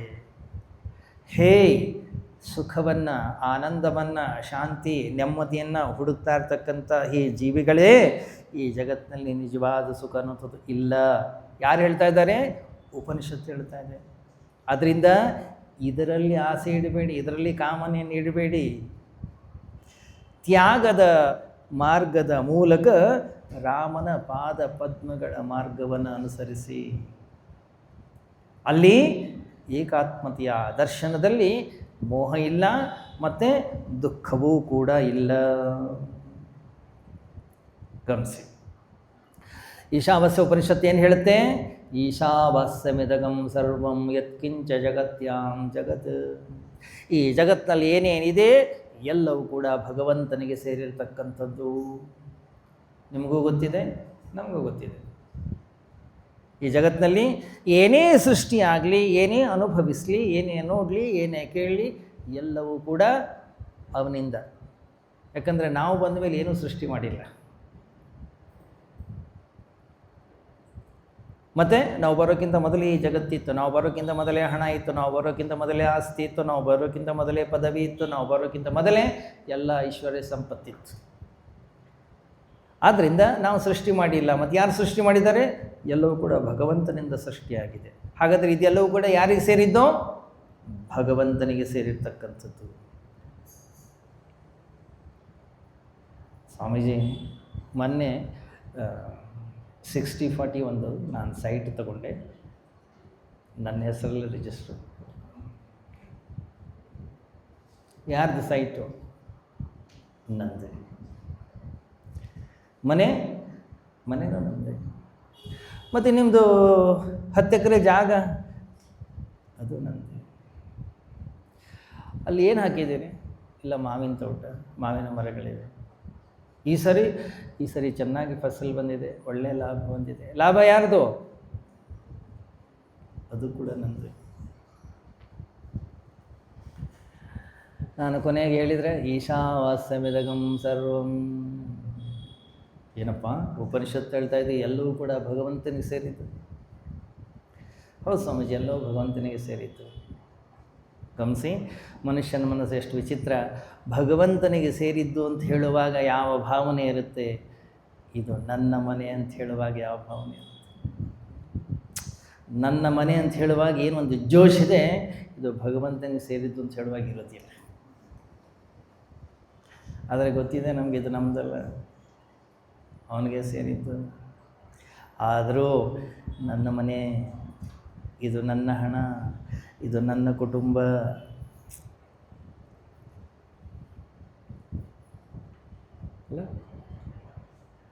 ತ್ಯಕ್ತ್ವಾ ಮಮಾಹಮಿತಿ ಬಂಧಕರೇ ಪದೇ ದ್ವೇ. ಧನ್ಯಾಷ್ಟಕದಲ್ಲಿ ಆಚಾರ್ಯ ಶಂಕರ್ ಹೇಳ್ತಾರೆ, ಹೊಟ್ಟೆಯಲ್ಲಿ ಹಸಿವು, ಮನದಲ್ಲಿ ಮಮತೆ, ಈ ಎರಡು ಗುಟ್ಟು ಕೀಲುಗಳಿಹವು ಸೃಷ್ಟಿಯಂತ್ರದಲ್ಲಿ. ಈ ಜಗತ್ತಿನಲ್ಲಿ ನಮ್ಮನ್ನು ಕಟ್ಟಿ ಹಾಕ್ತಾ ಇರ್ತಕ್ಕಂಥ ಎರಡೇ ಎರಡು ಶಬ್ದಗಳಂತೆ. ಏನದು? ಹೊಟ್ಟೆಯಲ್ಲಿ ಹಸಿವು ನಾನು, ಮನದಲ್ಲಿ ಮಮತೆ ನನ್ನದು. ನಾನು ವಿನಿಂದ ನನ್ನದು ಬಂತು, ನನ್ನದು ವಿನಿಂದ ನಾನು ಬಂತು. ಸ್ವಲ್ಪ ಕನ್ಫ್ಯೂಷನ್ ಇದೆ. ಅಲ್ಲ? ನಾನು ಅಂತಕ್ಕಂಥ ಅಹಂಕಾರವನ್ನು ಗಟ್ಟಿ ಮಾಡಿಸ್ಕೊಳ್ಳಿಕ್ಕೆ ನಾವೇನು ಮಾಡ್ತೀವಿ? ನನ್ನದು ಅನ್ನೋದನ್ನು ಜಾಸ್ತಿ ಮಾಡ್ತಾ ಹೋಗ್ತೀವಿ. ಮನೆ ಮಾಡ್ಕೊಳ್ತೀವಿ, ಮಕ್ಕಳನ್ನು ಮಾಡ್ತೀವಿ, ಆಸ್ತಿ ಮಾಡ್ಕೊಳ್ತೀವಿ, ಸಂಪತ್ತನ್ನು ಮಾಡ್ಕೊಳ್ತೀವಿ, ಕುಟುಂಬವನ್ನು ಜಾಸ್ತಿ ಮಾಡ್ಕೊಳ್ತೀವಿ. ಕುಟುಂಬ ಹೆಚ್ಚಾದಷ್ಟು, ವಸ್ತುಗಳ ಸಂಗ್ರಹ ಹೆಚ್ಚಾದಷ್ಟು, ಐಶ್ವರ್ಯ ಸಂಪತ್ತು ಹೆಚ್ಚಾದಷ್ಟು ನಾನು ಅನ್ನಿಸೋದು ಎದ್ದು ನಿಂತ್ಕೊಳ್ತೀನಿ. ಗಮನಿಸಿ, ನೀವು ವ್ಯಕ್ತಿಯಿಂದ ಒಂದೊಂದೇ ಹೊರಗಡೆಗೆ ತೆಗೀರಿ, ಅವನಿಂದ ದೂರ ಮಾಡ್ತಾ ಹೋಗಿ. ಯಾವತ್ತೂ ಆ ವ್ಯಕ್ತಿ ಹತ್ತಿರ ಯಾವ ವಸ್ತುಗಳೇ ಇಲ್ಲ, ಅಲ್ಲಿ ಹೋಗಿ ನೋಡಿ, ಅಲ್ಲಿ ಅಹಂಕಾರವೇ ಇಲ್ಲ. ಯಾಕೆ? ಅಹಂಕಾರ ನಿರ್ಮಾಣ ಆಗೋದೇ ವಸ್ತುಗಳಿಂದ, ವಿಷಯಗಳಿಂದ, ವ್ಯಕ್ತಿಗಳಿಂದ. ಹಾಗಾದರೆ ಈ ನನ್ನ ಸಂಸಾರದ ಮೂಲಭೂತ ತತ್ವ ಮೇನ್ 2 ಸ್ಕ್ರೂಸ್ ಇದೆ. ಏನದು? ಅದಕ್ಕೆ ಹೆಸರು ನಾನು ಮತ್ತು ನನ್ನದು.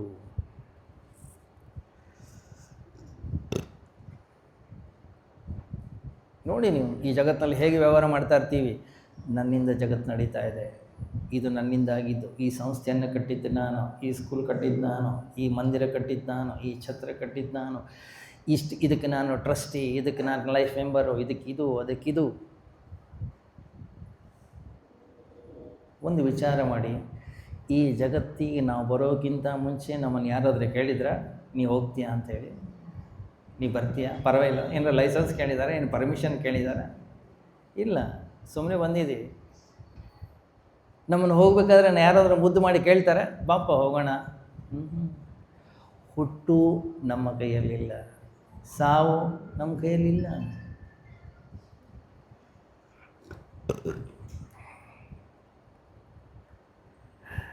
ಆದ್ದರಿಂದ ಜನನ ಕೂಡ ನಮ್ಮದಲ್ಲ, ಮರಣ ಕೂಡ ನಮ್ಮದಲ್ಲ.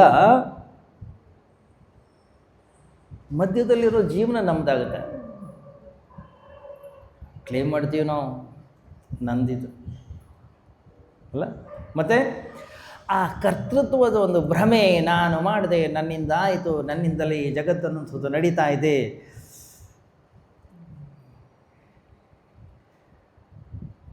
ಗಮನಿಸಿ, ಇವಾಗೆಲ್ಲ ಟಿ ವಿನಲ್ಲಿ ನಾವು ನೋಡ್ತೀವಿ, ಭಾಳ ಅದ್ಭುತವಾದಂಥ ಚಾನಲ್ಗಳು ಬಂದಿವೆ. ಒಂದು ಪಕ್ಷಿಗಳು ಎಷ್ಟು ಸುಂದರ ಸುಂದರ ಮನೆಗಳನ್ನ ಕಟ್ತವೆ.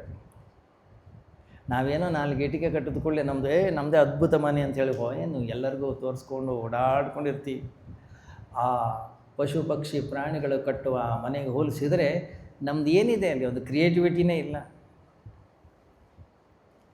ನಾವು ಮನೆ ಕಟ್ತೀವಿ, ಪಶು ಪಕ್ಷಿಗಳು ಮನೆ ಕಟ್ತವೆ, ನಾವು ಮಕ್ಕಳನ್ನು ಮಾಡ್ಕೊಳ್ತೀವಿ, ಅವುಗಳು ಕೂಡ ಮಕ್ಕಳನ್ನು ಮಾಡ್ಕೊಳ್ತವೆ, ಅವುಗಳು ಖುಷಿಯಾಗಿರ್ತೇವೆ, ನಾವು ಖುಷಿ.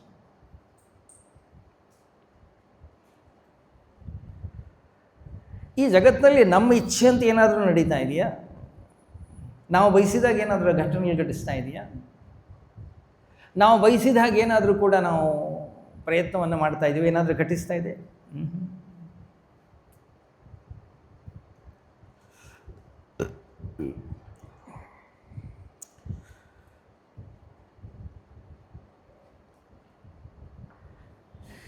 ಈ ಜಗತ್ತಿನಲ್ಲಿ ನಮ್ಮ ಇಚ್ಛೆ ಅಂತ ಏನೂ ನಡೀತಾ ಇಲ್ಲ. ಮತ್ತು ಈ ಜಗತ್ತಿನಲ್ಲಿ ಒಂದು ನಿಯಮ ಇದೆ. ಅದೇನು, ಯಾವುದೋ ಒಂದು ಟೈಮಿಗೆ ಬೇಸಿಗೆ ಬರುತ್ತೆ, ಯಾವುದೋ ಒಂದು ಟೈಮ್ನಲ್ಲಿ ಮಳೆಗಾಲ ಬರುತ್ತೆ, ಇನ್ಯಾವುದೋ ಒಂದು ಟೈಮಲ್ಲಿ ಚಳಿಗಾಲ ಬರುತ್ತೆ, ಯಾವುದೋ ಟೈಮಲ್ಲಿ ಹಣ್ಣುಗಳು ಬಿಡ್ತವೆ. ನಮ್ಮನ್ನು ಕೇಳಿ ಬಿಡ್ತಾ ಇವೆ ಅವೆಲ್ಲ? ನಮ್ಮನ್ನು ಕೇಳಿ ಈ ಜಗತ್ತಿನಲ್ಲಿ ಘಟನೆಗಳು ಘಟಿಸ್ತಾ ಇದೆಯಾ? ಏನಿಲ್ಲ, ಅದರ ಪಾಡಿಗೆ ಅದು ನಡೀತಾನೇ ಇದೆ. ಆದರೂ ನಾವು ಹೇಳೋದು, ನಾನು ಪ್ರತಿನಿತ್ಯ ನಮ್ಮ ತೋಟಕ್ಕೆ ನಾನು ನೀರು ಹಾಕ್ತೀನಿ, ನೋಡಿ ತರಕಾರಿ ಎಷ್ಟು ಚೆನ್ನಾಗಿ ಬಂದಿದೆ. ಅರೆ, ನಮ್ಮ ಮನೆಯ ತೋಟದಲ್ಲಿ ಒಂದು ಹೂ ಬಿಟ್ಟರೆ ನಾನು ನೋಡ್ಕೊಳ್ಳೋದು ಅದನ್ನು. ಗಮನಿಸಿ, ಜಗತ್ತಿನಲ್ಲಿ ಯಾರೂ ಈ ಕರ್ತೃತ್ವ ಭಾವನೆ ಇಲ್ಲ ಎಲ್ಲಿಯೂ ಕೂಡ, ಕೇವಲ ಮನುಷ್ಯ ಮಾತ್ರ. ಈ ಜಗತ್ತಿನಲ್ಲಿ ಕೆಲವು ನಿಯಮಗಳಿವೆ.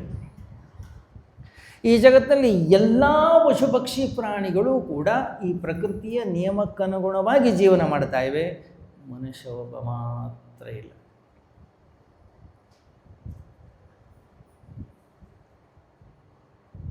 ಒಂದು ನಾಯಿ ಹುಟ್ಟುವಾಗಲೂ ನಾಯಿಯೇ, ಬೆಳೆಯುವಾಗಲೂ ನಾಯಿಯೇ, ಸಾಯುವಾಗಲೂ ನಾಯಿಯೇ. ನಾಯಿ ಯಾವತ್ತೂ ಕೂಡ ಪ್ರಯತ್ನ ಮಾಡೋದಿಲ್ಲ ನಾನೊಂದು ಪೂರ್ಣ ನಾಯಿ ಆಗಬೇಕು. ಕೇಳಿದರೆ ಎಲ್ಲಾದರೂ? ಪೂರ್ತಿನೇ ಇದೆ ಅದು.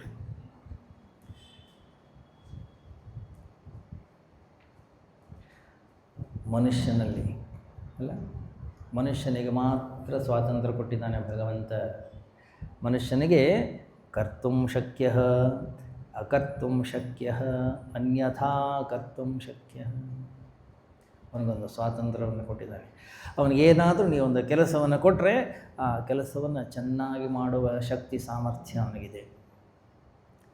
ಹೇಯ್ ನಾನು ಮಾಡೋದಿಲ್ಲ ಅಂತ ಹೇಳುವ ಶಕ್ತಿ ಸಾಮರ್ಥ್ಯವೂ ಅವನಿಗಿದೆ. ಯಾರಾದರೂ ನಮಗೊಂದು ಕೆಲಸವನ್ನು ಕೊಟ್ಟರೆ ಅವರು ಮತ್ತೊಂದು ಸರಿ ನಮ್ಮ ಕೆಲಸ ಹೇಳಬಾರ್ದು, ಉಲ್ಟಾ ಕೆಲಸ ಮಾಡುವ ಶಕ್ತಿ ಸಾಮರ್ಥ್ಯವೂ ಮನುಷ್ಯನಿಗಿದೆ.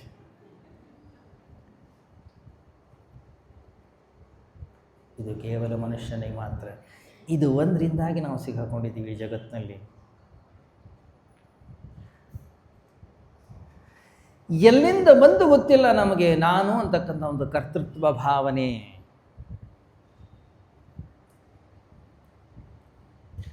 ನಮ್ಮ ಪೂಜ್ಯ ಗುರುದೇವ್ ಯಾವಾಗಲೂ ಕೂಡ ಒಂದು ದೃಷ್ಟಾಂತವನ್ನು ಕೊಡೋದು, ಭಾಳ ಸುಂದರವಂಥ ದೃಷ್ಟಾಂತ ಅದು. ಫಸ್ಟ್ ಟೈಮು ಅವನು MP ಆಗಿ ಆರಿಸೋಗ್ಬಿಟ್ಟಿದ್ದು. ಅಲ್ಲೆಲ್ಲ ಹೋಗಿ ಅಲ್ಲೆಲ್ಲ ಆದಮೇಲೆ ಅವನು ಹೇಳ್ದ, ಏಯ್ ನಾನು ಊರಿಗೆ ಬರ್ತಾ ಇದ್ದೀನಿ, ಒಂದೇನಾದ್ರು ದೊಡ್ಡ ಪ್ರೋಗ್ರಾಮ್ ಇಟ್ಕೊಳ್ಳಿ. ಏನು ಪ್ರೋಗ್ರಾಮ್ ಇಟ್ಕೊಳ್ಳಿ? ಯಾವ್ದಾರು ಒಂದು ಇನಾಗ್ರೇಷನ್ ಇಟ್ಕೊಳ್ಳಿ. ಏನು ಇಲ್ಲವೇ ಇಲ್ಲ ಅಲ್ಲಿ ಇನಾಗ್ರೇಷನ್ ಮಾಡಲಿಕ್ಕೆ ಆ ಊರಲ್ಲಿ. ಏನು ಮಾಡೋದು ಗೊತ್ತಿಲ್ಲ ಪಾಪ. ಎಷ್ಟಾರು ಖರ್ಚಾಗಲ್ಲ, ನಾನು ಹಣ ಕೊಡ್ತೀನಿ, ಫಂಕ್ಷನ್ ವ್ಯವಸ್ಥೆ ಮಾಡು. ಹೋಗಿ ಕೇಳಿದ್ರು, ಸರ್ ನಿಮ್ಮ ಬಿಲ್ಡಿಂಗ್ ಏನಾದರೂ ಇನಾಗ್ರೇಷನ್ ಇದೆಯಾ, ನಿಮ್ದು ಏನಾದರೂ ಇದೆಯಾ, ಅವಳದು ಇಲ್ಲಪ್ಪ ನಮ್ಮದೆಲ್ಲ ಆಗೋಗಿದೆ, ಏನಿಲ್ಲ ಅಂದರು. ಏನು ಮಾಡೋದು ಗೊತ್ತಾಗಿಲ್ಲ ಕಾರ್ಯಕರ್ತನಿಗೆ. ಅವಸ್ಥೆ ಆಗೋಯ್ತು. ಇವರು ಬೇರೆ ಬರ್ತೀನಿ ಅಂದ್ಯಾರೆ, MP ಬೇರೆ ದೊಡ್ಡದಾಗಿ ಮಾಡಬೇಕು ಅಂತ ಹೇಳಿದ್ದಾರೆ. ಏನು ಇನಾಗ್ರೇಷನ್ ಮಾಡೋದು? ಕೊನೆಗೆ ಅವ್ರನ್ನೊಬ್ಬ ಸಾಧು ಇದ್ದ, ಅವ್ನಿಗೋಗಿ ಕೇಳಿದ್ರು, ಸರ್ ಏನಾದ್ರು ಒಂದು ಇನಾಗ್ರೇಷನ್ ಮಾಡಿಸ್ಬೇಕು, ಏನು ಮಾಡೋದು? ಕರೀರಿ ಅವ್ರನ್ನ. ಏನು ಮಾಡೋದು? ಮಾಡಿಸೋಣ, ಏನಾದರೂ ಒಂದು ಮಾಡಿಸೋಣ. ಏನು ಮಾಡಿಸೋದು? ಪ್ರಿಂಟ್ ಮಾಡಿಸ್ಬೇಕಲ್ಲ. ಅವ್ರು ಹೇಳಿದ್ರು, ಈ ನದಿ ಇನಾಗ್ರೇಷನ್ ಮಾಡಿಸೋಣ. ನದಿ ಹರಿತಾ ಇದ್ದಲ್ಲ, ಅದ್ರದ್ದು ಇನಾಗ್ರೇಷನ್ ಮಾಡಿಸೋಣ. ಅವರಂದ್ರೆ ಇದ್ರದ್ದೇ ಅಂತ ಇನಾಗ್ರೇಷನ್ ಯಾಕೆ ಮಾಡಿಸೋಣ?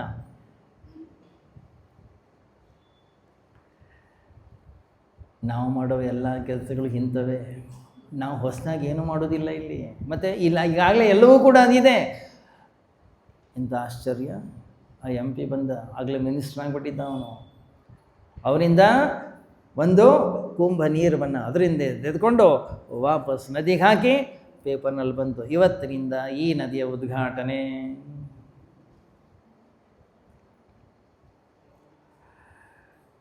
ಕತೆ ಕೇಳುವಾಗ ನಮಗೂ ನಗು ಬರುತ್ತೆ. ಮೂರ್ಖ, ಅಷ್ಟು ಗೊತ್ತಿಲ್ವಾ? ನಾವು ಅದನ್ನೇ ಮಾಡ್ತಾಯಿದ್ದೀವಿ. ಈ ಜಗತ್ತಿನಲ್ಲಿ ಎಷ್ಟು ಮನೆಗಳನ್ನು ಎಷ್ಟು ಜನ ಕಟ್ಟಿಸಿದಾರೋ, ಎಷ್ಟು ಸರಿ ಬಿದ್ದಿದೆಯೋ ಅಲ್ವಾ? ಗೊತ್ತಿಲ್ಲ ನಮಗೆ.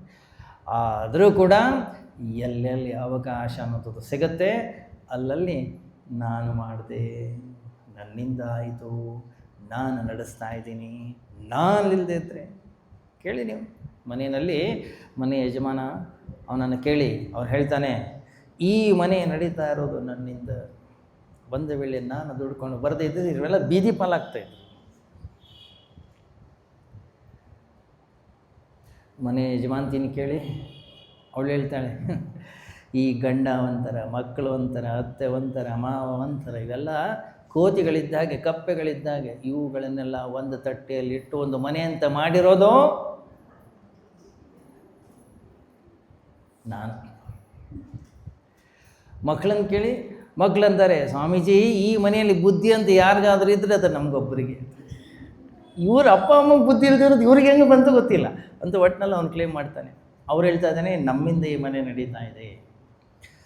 ಈ ಜಗತ್ತಿನಲ್ಲಿ ಈ ರೀತಿ ಹೇಳ್ಕೊಂಡವ್ರು ಎಷ್ಟು ಜನನೋ ಗೊತ್ತಿಲ್ಲ. ಯಾರ್ಯಾರು ನಮ್ಮಿಂದ ಈ ಜಗತ್ತು ನಡೀತಾ ಇದೆ ಅಂತೇಳಿ ಹೇಳ್ತಾ ಇದ್ರು, ಅವರೆಲ್ಲರೂ ಹೊರಟೋದ್ರು.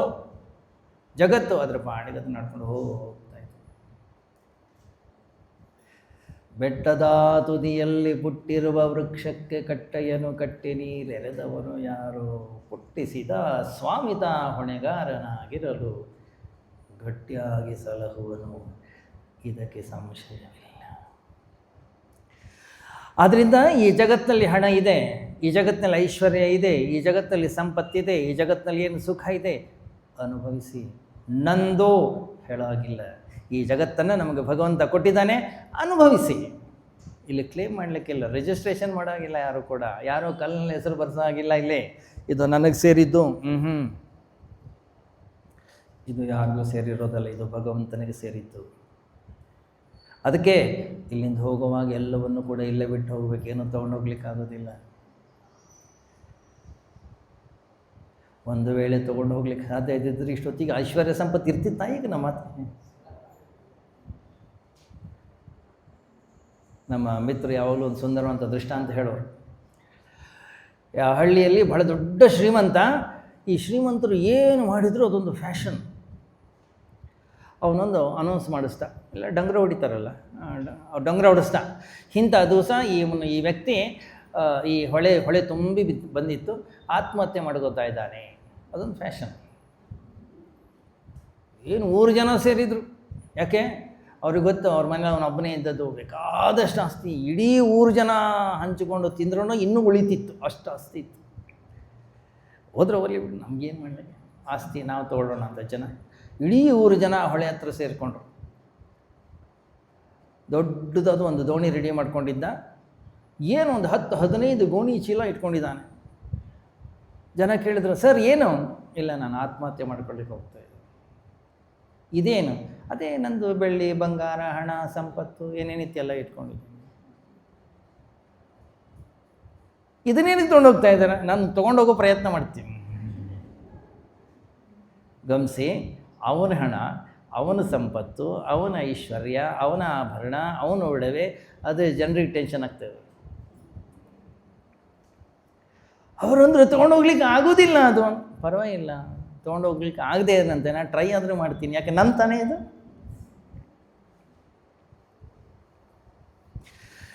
ಈ ಜಗತ್ತಿನಲ್ಲಿ ಪ್ರತಿಯೊಬ್ಬರಿಗೂ ಕೂಡ ಗೊತ್ತಿದೆ, ಇಲ್ಲಿಂದ ಏನೂ ತೊಗೊಂಡೋಗ್ಲಿಕ್ಕೆ ಆಗೋದಿಲ್ಲ.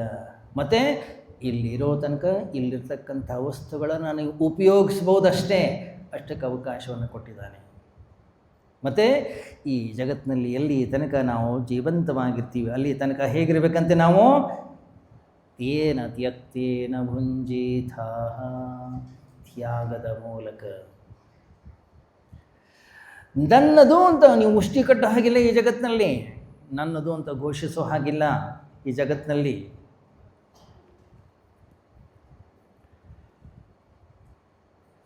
ಮತ್ತು ಈ ಜಗತ್ತಿನಲ್ಲಿ ಏನಿದೆ ಆ ವಸ್ತುಗಳನ್ನು ಉಪಯೋಗಿಸ್ಲಿಕ್ಕೆ ಭಗವಂತ ನಮಗೆ ಅವಕಾಶ ಮಾಡಿಕೊಟ್ಟಿದ್ದಾನೆ, ಅದನ್ನು ಕ್ಲೇಮ್ ಮಾಡೋ ಹಾಗಿಲ್ಲ.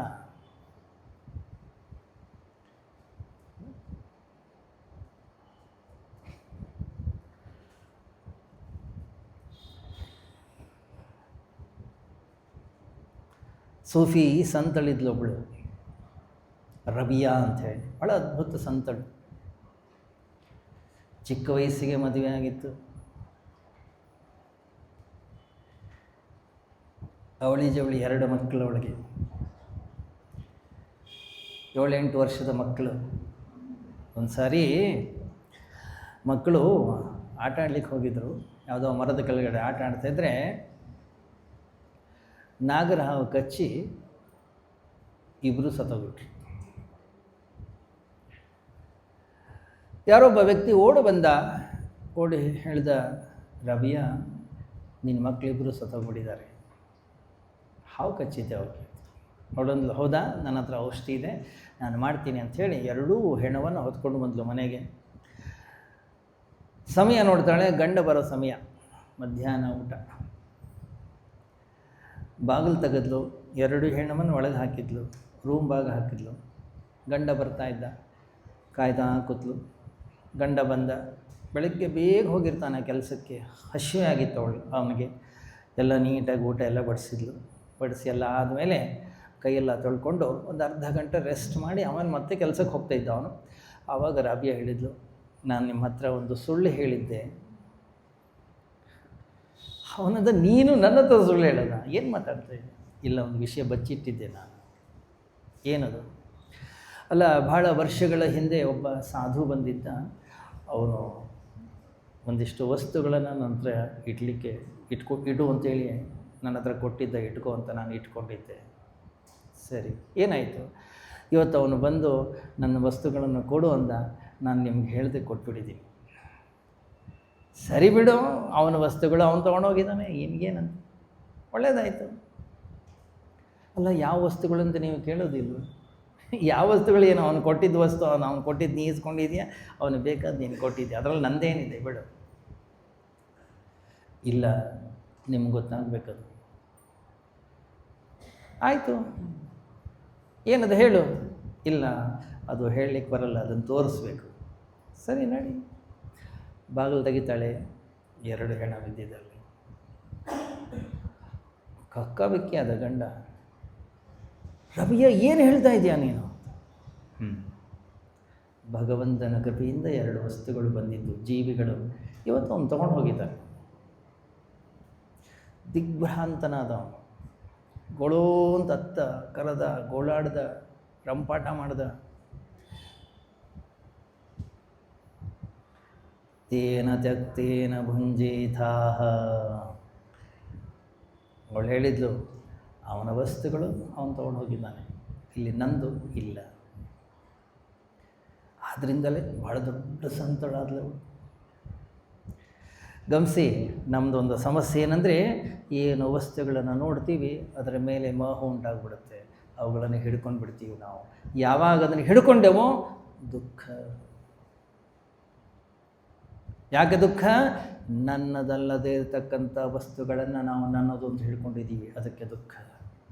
ದುಃಖ ಯಾಕಾಗುತ್ತೆ? ಅದು ನಂದಲ್ಲ. ಯಾವಾಗ ಅದನ್ನು ತೆಗೆದುಕೊಂಡು ಹೋಗುತ್ತೆ, ಜಗತ್ತು ನಮ್ಮಿಂದ ಎತ್ಕೊಂಡು ಹೋಗುತ್ತೆ, ನಮಗೆ ಬೇಡ ಅನ್ನತ್ತೆ, ಅದಕ್ಕೆ ಬೇಕಾದಾಗ ನಮ್ಮಿಂದ ಕಿತ್ಕೊಳ್ಳುತ್ತೆ, ಆವಾಗ ಸಮಸ್ಯೆ ಆಗುತ್ತೆ. ಯಾಕೆಂದರೆ ನಂದು ಅಂತ ಹಿಡ್ಕೊಂಡ್ಬಿಟ್ಟಿದ್ದೀವಲ್ಲ. ಆದ್ದರಿಂದ ಈ ಜಗತ್ತಿನಲ್ಲಿ ನಾವು ಹೇಗೆ ಬದುಕಬೇಕಂತೆ, ಈಶಾವಾಸ್ಯ ಉಪನಿಷತ್ತು ಹೇಗೆ ಹೇಳ್ತಾ ಇದ್ದದ್ದು ಹೇಗೆ ಇದು ಎಲ್ಲವೂ ಕೂಡ ಭಗವಂತನಿಗೆ ಸೇರಿರ್ತಕ್ಕಂಥದ್ದು. ಇಲ್ಲಿ ನಮ್ಮದು ಅನ್ನೋಂಥದ್ದು ಯಾವುದೂ ಕೂಡ ಇಲ್ಲ. ಮತ್ತು ಇಲ್ಲಿ ಏನೇ ವಸ್ತುಗಳಿರಲಿ, ಏನೇ ವಿಷಯಗಳಿರಲಿ, ಅದನ್ನು ನಾವು ಅನುಭವಿಸ್ಬೋದಷ್ಟೇ, ಅದನ್ನು ಉಪಯೋಗಿಸ್ಕೊಳ್ಬೋದು. ನಾನು ನನ್ನದು ಅಂತ ಹೇಳುವಾಗಿಲ್ಲ.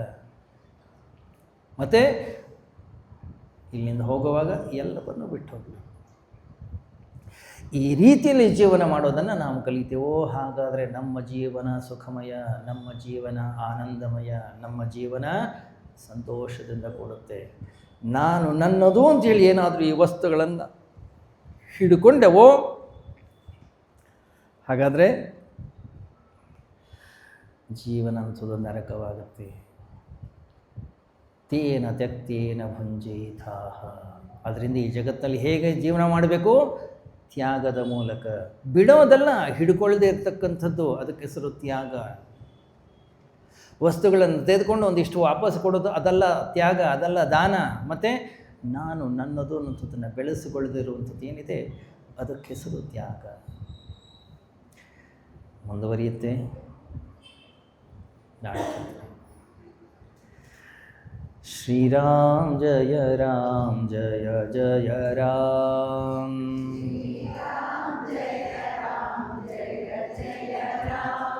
ಶ್ರೀರಾಮ್ ಜಯ ರಾಮ್ ಜಯ ಜಯ ರಾಮ್.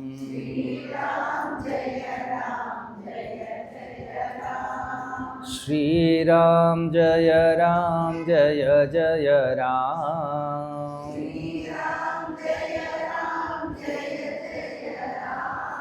ಶ್ರೀರಾಮ್ ಜಯ ರಾಮ್ ಜಯ ಜಯ ರಾಮ್.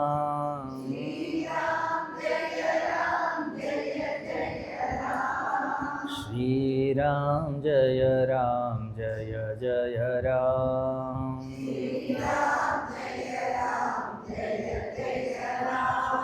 ಶ್ರೀರಾಮ್ ಜಯ ರಾಮ್ ಜಯ ಜಯ ರಾಮ್.